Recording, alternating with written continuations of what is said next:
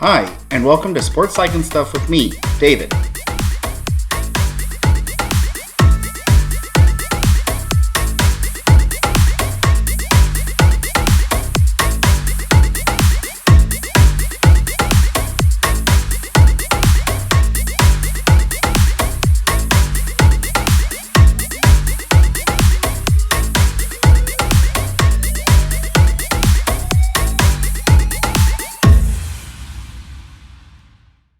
For this episode, we are going to explore social identity in sport. Specifically, how does being part of a team, group, or organization shape one's own individual identity, but also, how does an individual help to shape the group's identity? I recently attended an event called the Sin City Classic, which is the world's largest annual LGBTQI multi-sport tournament. The Sin City Classic offers 20 different sports and brings out anywhere from 8,000 to 10,000 athletes a year to compete in Las Vegas, Nevada. One of the sports offered at the Sin City Classic is cheerleading, spearheaded by an organization called the Pride Cheerleading Association, or PCA. PCA is an organization that helps to organize and support member cheerleading squads all over the United States of America who perform cheer routines in their local communities and help to raise money for local charity. What sets PCA apart are two important things. The first is emphasis on inclusive cheerleading that invites adult volunteer athletes of all shapes, sizes, colors, national backgrounds, gender identities, and sexual orientations to try out and become cheerleaders.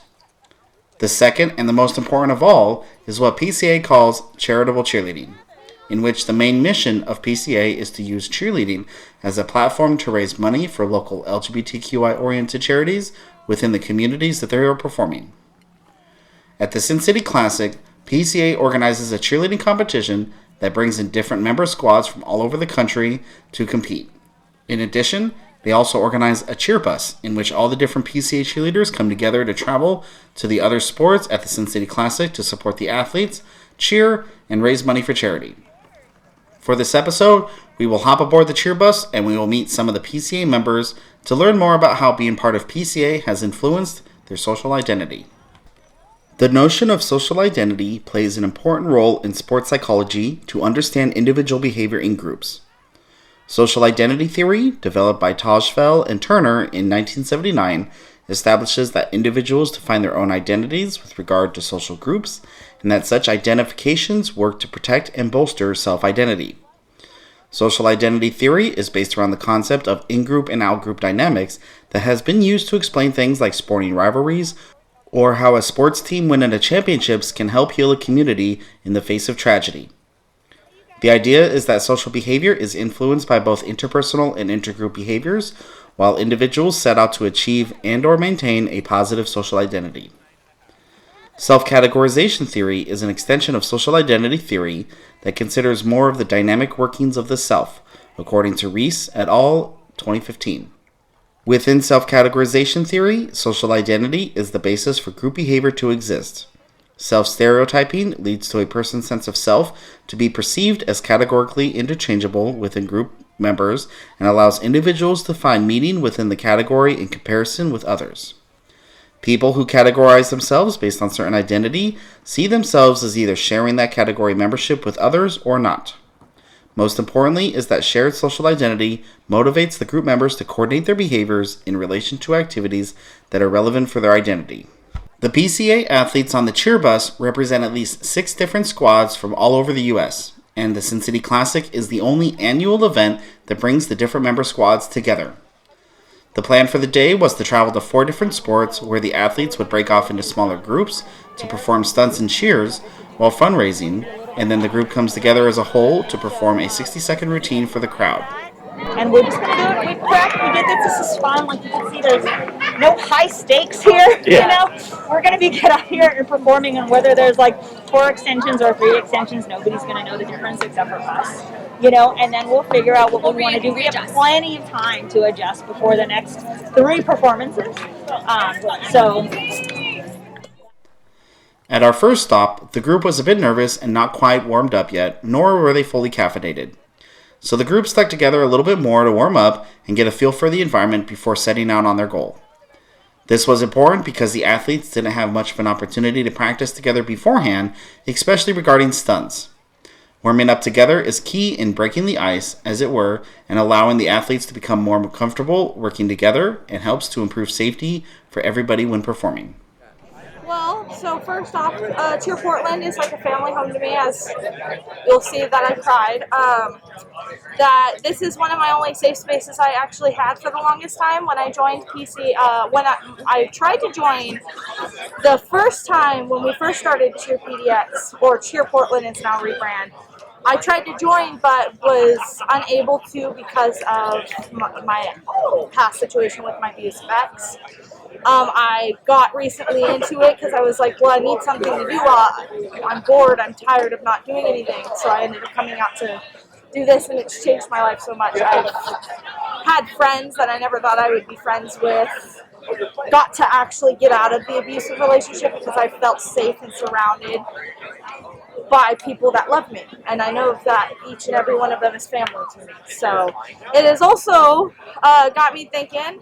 I came out literally 2 weeks ago as bisexual, actually. So definitely embracing the whole PCA Pride and everything on it. So definitely, I was always so scared to be who I knew I could be myself, and it's been so long since I remember just being able to go outside and smile and see people who actually want to see me for me and not as someone else's ex-girlfriend. Our beneficiary is, I don't know the exact name of it, but I do know that they are basically a Boys and Girls Club for LGBTQ, and that's completely amazing. I went to the Boys and Girls Club as a program, so if there's a program that helps specifically with the LGBTQ, that's beautiful. I'm 100% supportive. I think everyone needs support, even if they're doing okay. Human. There's nothing different about us just because one thing is one thing or one thing's the other. We're all human. In the end of the day, we all live, we all poop. That's my main goal out of this. Is it made me realize that everyone is just an individual human, and they're going to be different no matter who you pick. So After spending some time fundraising and cheering with the crowd, it was time for PCA's first routine performance of the day. Alright, cheerleaders! Your music is on! An important aspect to consider regarding one's own social identity is that it serves as a basis for sports group behavior. According to Reese et al. In 2015, groups are not simply features of the world that provide a setting for individual behavior. Instead, they shape and qualitatively transform an individual's capacity to internalize their sense of self, meaning that their identity is reflected within the context of their social setting. Thus, a person's sense of self is defined in a personal context as a unique individual, but also within a group setting where their identity is reflective of the in-group membership that they share with others. PCA athletes' personal identities are shaped by being members of the LGBTQI community, growing up and or living in a certain geographical area, and their prior experiences in sports or other group activities, and ultimately their membership to the PCA cheerleading group. As the first performance of the day, the routine still needed some refinement, and the athletes hadn't quite fully connected yet. But, given the context leading up to this first performance, it was a great start to kick off a truly powerful day. But now that I've moved on past the high school realm, past semi-pro, past college cheer, and I've found the PCA, I finally feel like there is a spot for me that I fit in, if you could say. I feel like it takes so much heart to be a PCA cheerleader, because I'm sure all of you here have been at a set of tryouts where people came thinking, oh, this is just cheerleading. I'm just here to cheerlead. I'm going to throw my toe touches and my basket tosses and my libs and be the most extreme tumbler. But then they peace out a few months later because they can't fundraise and they don't get it. They don't get the heart that we put into it. And they're frustrated because maybe we don't have the best skills. Maybe we aren't the best team in the city, and they just don't get it. So I think staying and being a PCA cheerleader is really special, and it takes more than skill. It takes more than going out and saying, and putting on a skirt or putting on a cheer top and saying you're a cheerleader. So I hope that you do have a purpose here with the PCA, and that you love cheerleading as much as I see it. I see it in all of your faces. I see it in your actions. And I know this is a way smaller group than we had in 2020 or even 2019, but I see the passion there, and I see the dedication. And I want to say thank you, and thank you for being my home. Cheerleading is my life, and without it, I feel very lost. There's been a few times during the pandemic when I didn't have cheerleading, I wasn't coaching, I didn't see my charitable cheerleaders, and I felt completely lost, like I didn't have an identity. So I would say cheerleading is my identity. That's who I am. Is I'm a cheerleader and I'm a cheerleading coach, and I am a PCA cheerleader. Thank you. Thank you. So I grew up in the big great state of Wyoming. How many? Yeah, I have family there. Yeah, family there. There's like 400,000 people in Wyoming, so like there's not a lot of people at all, and we're very proud of that. So there's also not a lot of cheerleading going on in the state of Wyoming too. I'll just say that. Except the University of Wyoming does have an amazing cheer program, which I was sorry. I have two masks on. I'm sorry. Okay. So I said, yeah, there's not a lot of cheerleading in Wyoming, especially basically high school stuff, which I was not involved in, obviously, because I did not look like the little teeny tiny pretty girl like they would have in high school cheer. Stereotypical conservative Wyoming. University of Wyoming does have an amazing cheer programming. They just keep on growing and growing. I'm proud of them. They're awesome. But that's another story. I was not involved in that because I was a band geek. And now I'm a Pride cheerleader. Where am I from? Yeah, right. So I've come from everywhere. What city grew you? I grew up. Well, I was born in Manila, actually, the Philippines. But What was that? what can I? But I grew up in the conservative city of San Francisco, actually. Very conservative. And then I was a banana slug at UC Santa Cruz. And I was a trident at UC San Diego. And then I found Toogood at some point there. And then my life went to downhill. That is it. That's my story. And by the way, I was going to make a plug here. We made $60 in that last event. So on average, because I'm a math guy, that's on average $3 per person. So if we up that to $5 per person, make 100. That's about it. $9.40 to go. Yeah, that's right. There we go. All right. Where do I start? I was one of Coach Val's cheerleaders at Fort Vancouver High School. I cheered my sophomore year and my senior year. Was JV on her JV team, one of her first JV teams, I think. The reason I joined Cheer Portland, I don't think a lot of people know this about me, but I'm going to officially come out and say it. I couldn't do much for the last 9 years of my life. I was in a very abusive relationship with a man. No crying.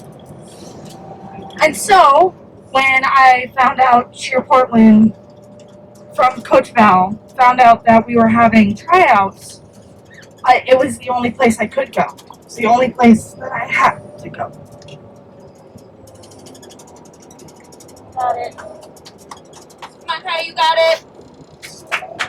Whew. Anyways, the waterworks. This is my second home. This always has been my second home, and I appreciate you guys very much. Ooh, oh, also my pronouns are she, her, they, them. Thank you. After an unexpectedly emotional bus ride, we arrived at the second sport. The PCA athletes felt a renewed sense of community and camaraderie following their bonding moment on the bus. It can be argued that sporting activity is structured by group membership, and it is well established that groups are an important component to human social structures. Thus, according to Reese et al. 2015, social identity is the basis for sports group formation and development. Notably, the aspects of being a member of the group, such as a cheerleader, LGBTQI or allied person, PCA groupie, and so on, affirms meaningfulness and positivity to one's own social identity. This affirmation is furthered through group cohesion, which is why sporting teams and organizations will place a strong emphasis on exercises and activities that enhance group cohesion, such as sharing stories on a bus. At the second sport, PCA was able to raise a bit more money and came together to perform the routine for the crowd. Compared to the first sport, this routine felt a little more cohesive as the athletes had a bit more time to rehearse and get to know each other, practice the moves, and generally felt more confident in their abilities.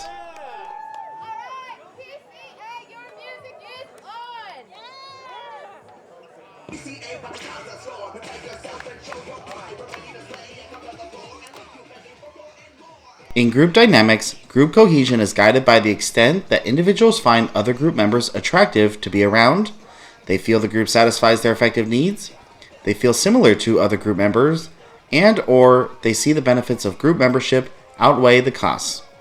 While these are the basics that guide group cohesion, it's not entirely driven upon those principles alone, but also considers a more foundational process known as depersonalization. Depersonalization is when one's sense of self is reflected in a social identity that is shared with others. For PCA, this means that every athlete, despite each athlete wearing their own uniform and coming from different areas, they're all members of and represent PCA as an organization. In this circumstance, depersonalization sees the guiding principles of similarity, attraction, and satisfaction as outcomes of social identity rather than determinants, meaning that the PCA athletes find similarity, attraction, and satisfaction from their membership within the group. This doesn't just apply to group membership either, but also serves ongoing group development and commitment to their cause. For PCA, this is rooted in their mission of charitable cheerleading, where the support for the group and their activities increases when shared identity is enhanced. The goals of the group, in this case, raising money for charity, are shared among the members who help motivate each other to go above and beyond their own wants, needs, or perhaps even to overcome their own anxieties to help achieve the group's collective goals. Hi, my name's Mark Hedlund, and I am a proud cheerleader of Cheer Seattle, also a team member of Pride Cheerleading Association. Pride Cheerleading Association helps our LGBTQ community by raising funds through our performances. And through those events that we've had, it's developed my identity as a gay man to be able to support the community that I live in. And so it allows me to connect more I usually live in the suburbs, and so I don't really see a lot of the impact of all the donations that are made for the various organizations out there. So within Cheer Seattle, and especially with PCA and events like Sin City Classic, we're able to raise funds for the Golden Rainbow and see what they do for the organization and be able to actually have a real connection with the organizations that we support. It's wonderful. I used to be a college cheerleader, and after that, usually what happens is you don't really do much after that, after you've done your collegiate cheerleading time. And so being part of Pride Cheerleading Association, I'm able to do what I love the best, which is cheerleading. And by the way, it also helps the LGBTQ community. So being able to do what I love for the people that I consider I love is actually beneficial for me and helps me develop into who I am. In Seattle itself, we raised, $13,000 for Gen Pride, which is an organization that helps LGBTQ seniors in our community, and we always connect with them. We've actually had many events with them, so it's really great to see the efforts that we do being done in the community. Another important component of social identity, according to Reese et al. 2015, is that social identity serves as the basis for sports group support in stress appraisal. Now, you've already seen this to some extent when the PCA athletes were sharing their stories on the bus. The impact of stress on sport performance is broken down to a primary appraisal in which stressors in the environment are somehow threatening to oneself and well-being, and the secondary appraisal in which the extent of social support is available to help cope. Both the primary and secondary appraisal is rooted in self-identity and self-categorization. I just messed up my cup. Out of it. Remember, more technique when you're tired. Yes. Remember everything. Bye guys, I'm going into the wilderness. Okay. Visualizing it as well, like knowing where your stunt is supposed to hit, knowing where you're supposed to throw, what body parts are supposed to throw. Yeah. You guys just go out and enjoy it. Like we're so stoked to be here. We have a really beautiful, awesome field. And let's just go out. Let's go near the field. We're not going to branch out too much right now. But what that means is that let's hit the other crowds afterwards. Super hard. Okay. So we'll have probably 10-15 minutes afterwards. So we'll kind of spread out. And right now we'll just go up. We'll be on this side of the field. And we'll do some cheers. Yep.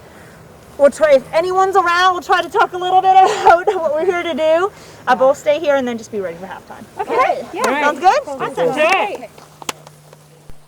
The PCA athletes were beginning to feel the fatigue from performing and fundraising all morning, and upon arriving at the next stop, there weren't very many spectators to fundraise from. But the tournament itself was being broadcast live over the internet, which presented a unique opportunity when the sport organizers invited PCA to do a 60-second routine during a brief halftime in the game for the live broadcast. In about 20 minutes, this field is going to have a halftime. So we're going to perform on this field. Halftime is normally 1 minute. Our music is 1 minute and 5 seconds.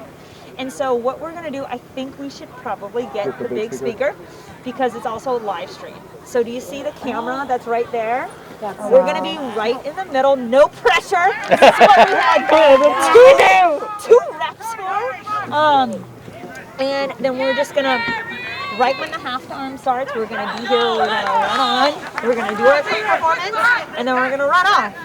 And then what we'll do beforehand is let's go down to that field and do a good, just get us moving again. It's chilly out here. Walk through it. There's a little more like live stream pressure, just to make sure that everybody feels comfortable and warmed up again. Do it. And then if there's time before we go on, we might try to spread out a little bit and fundraise, but just making sure that everybody feels comfortable about this performance. Okay, cool. Okay, does that sound good? Yeah. Okay, cool. All right, so Sam, you go up, and why don't we go down there? Okay. The previous two routine performances were a bit more informal and relaxed, but with an unknown audience on the internet, each PCA athlete felt a bit more stressed toward putting on a strong performance. Stress is generally observed to be bound within the intra and interdynamics of group life and can come from personal and group sources, but also from the sporting context itself. In this case, PCA started to feel the stress of performing under pressure as having a very small time limit and a live broadcast to pull off their routine. Just as much as groups can be a source of stress, they can also be an important factor to overcoming it. While stress is often seen as individualistic, coping skills can arise from a variety of different situations, especially in sport, where a person's sense of self is influenced by their group membership. Meaning that the question of coping with the stress is a matter of us, we, rather than I, me. As the PCA athletes were anticipating halftime, their fatigue was replaced with a sense of anticipation and arousal. Psychological skills were being utilized to visualize and mentally rehearse the performance. Some athletes were reviewing specific parts of the routine and preparing themselves for the show, and the group was coming together to get ready for showtime.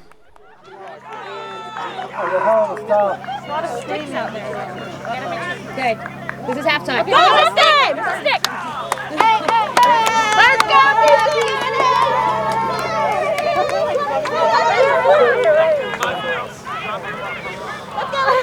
Let's go, PCA!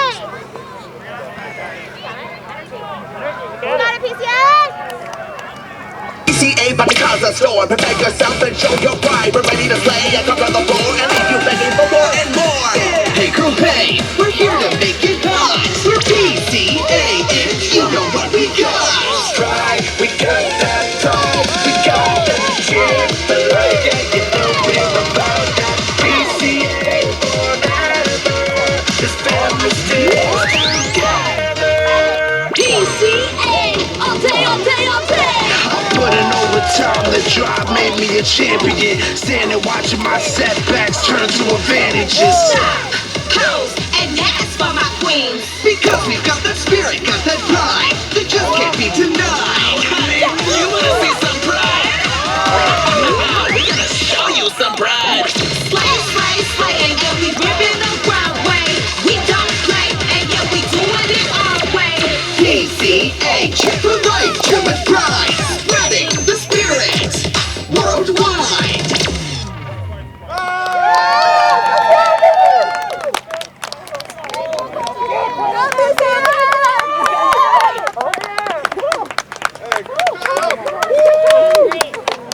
think that it has really created a platform for us to continue to serve our community. We have a lot of experience in 7 years in volunteer youth cheerleading.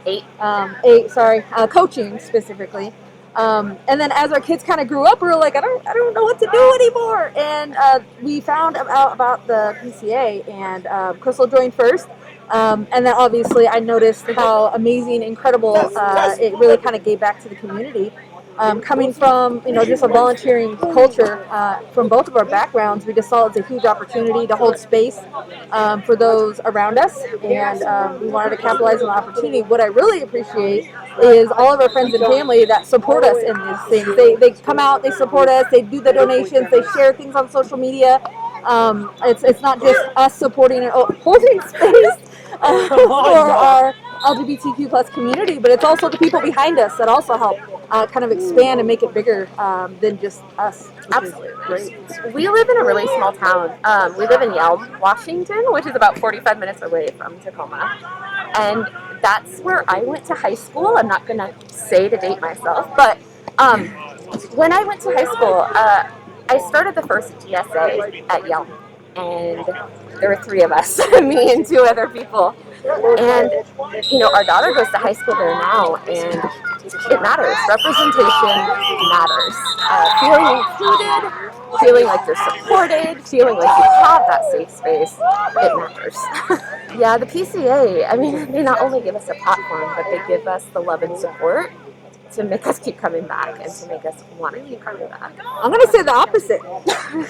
It makes it harder because then I get so emotional.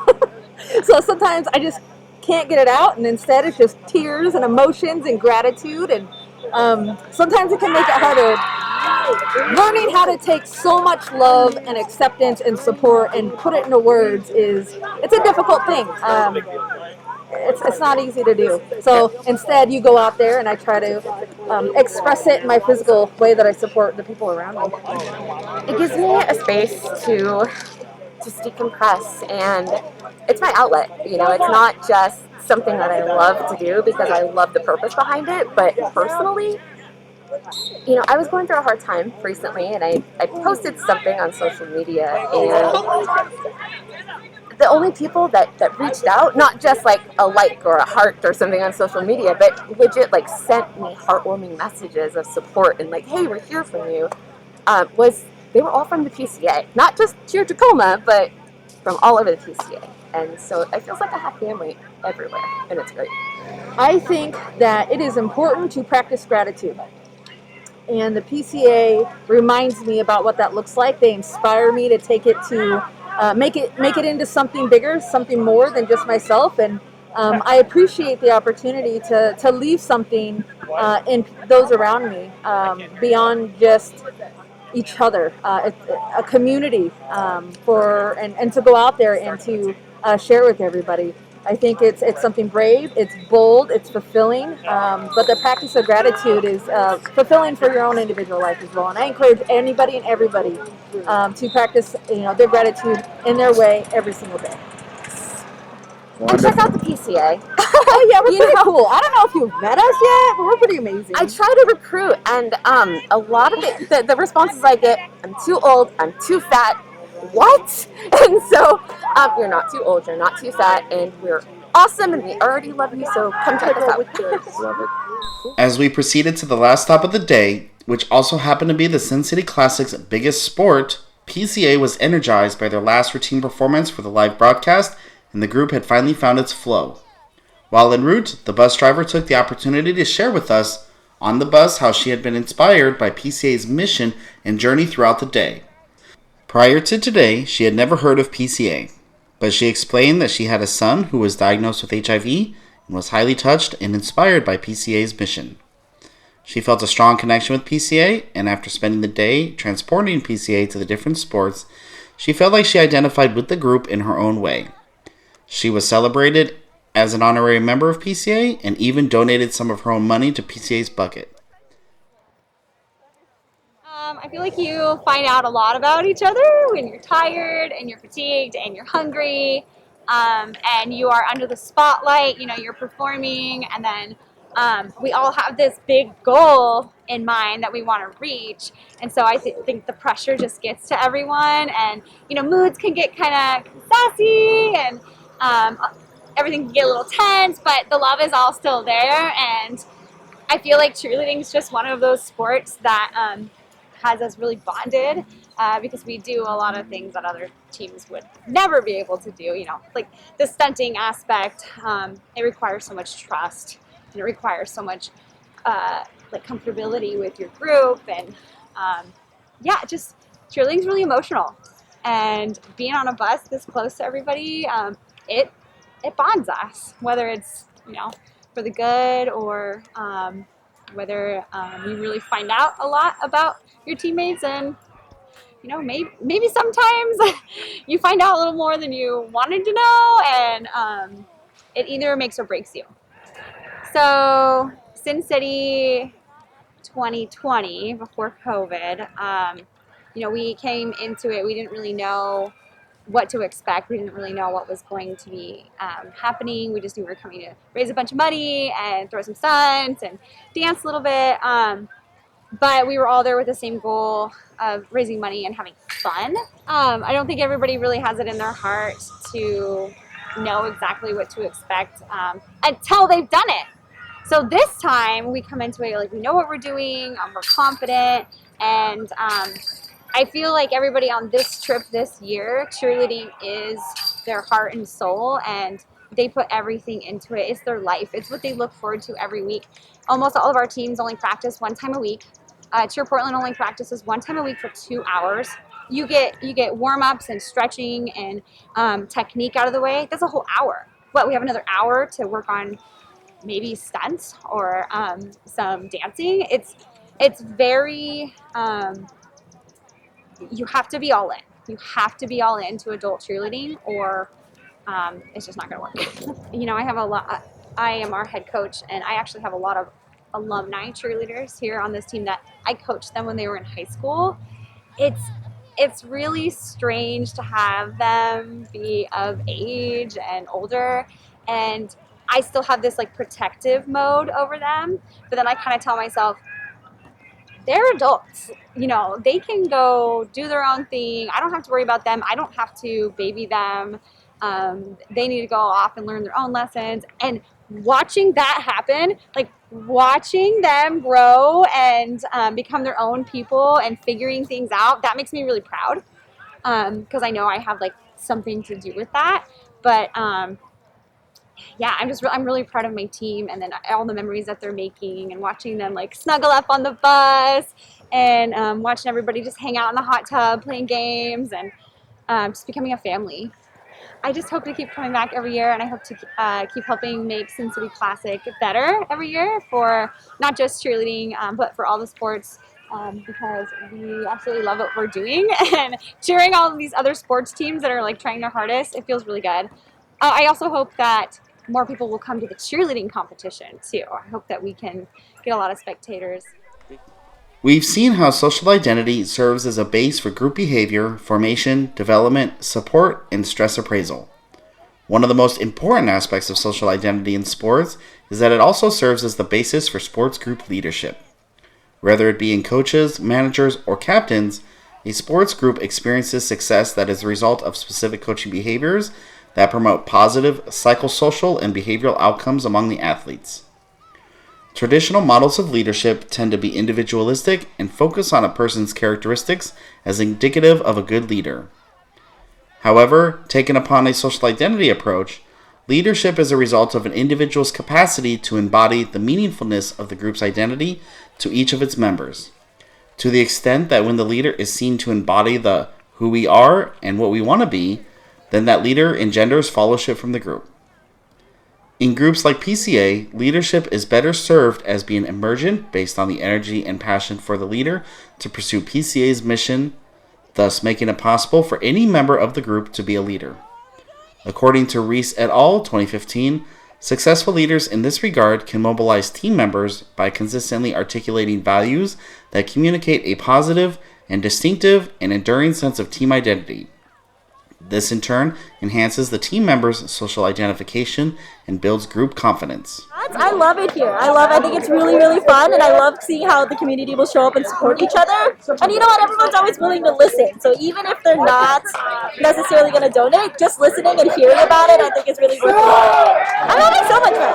I'm really, really tired. Now it's the end, but I'm having so much fun. After hitting the ground running, PCA came together for their final routine performance of the day.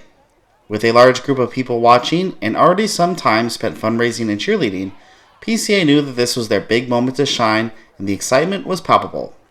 Such an unexpected and personal moment shared with the group helped further inspire and energize PCA, and everybody got ready for their biggest audience. This is our last one! Yes. We got it. We got to bring it! See how it goes.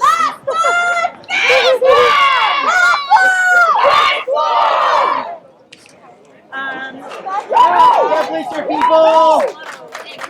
Alright, be safe, be strong. Last one. Give it the best one. Turn your head around! Ready? PCA by the concert store. Prepare yourself and show your pride. We're ready to slay and conquer the floor and leave you begging for more and more. Hey, Cohesion, we're here to make it nice. We're PCA, you know what we got. Pride, we got that pride, we got that jam. Like it, it's no with the block. PCA forever. Just never stay together. PCA, all day, all day, all day. I'm putting over time, the drive made me a champion. Standing watching my setbacks turn to advantages. Stop, who's, and that's for my queens. Because we got that spirit, got that blood, that just can't be denied. Honey, you wanna see some pride? I'm gonna show you some pride. Slay, slay, slay, and yeah, we living the wild way. We don't play, and yeah, we doing it our way. PCA, we're right to the grind, spreading the spirit worldwide.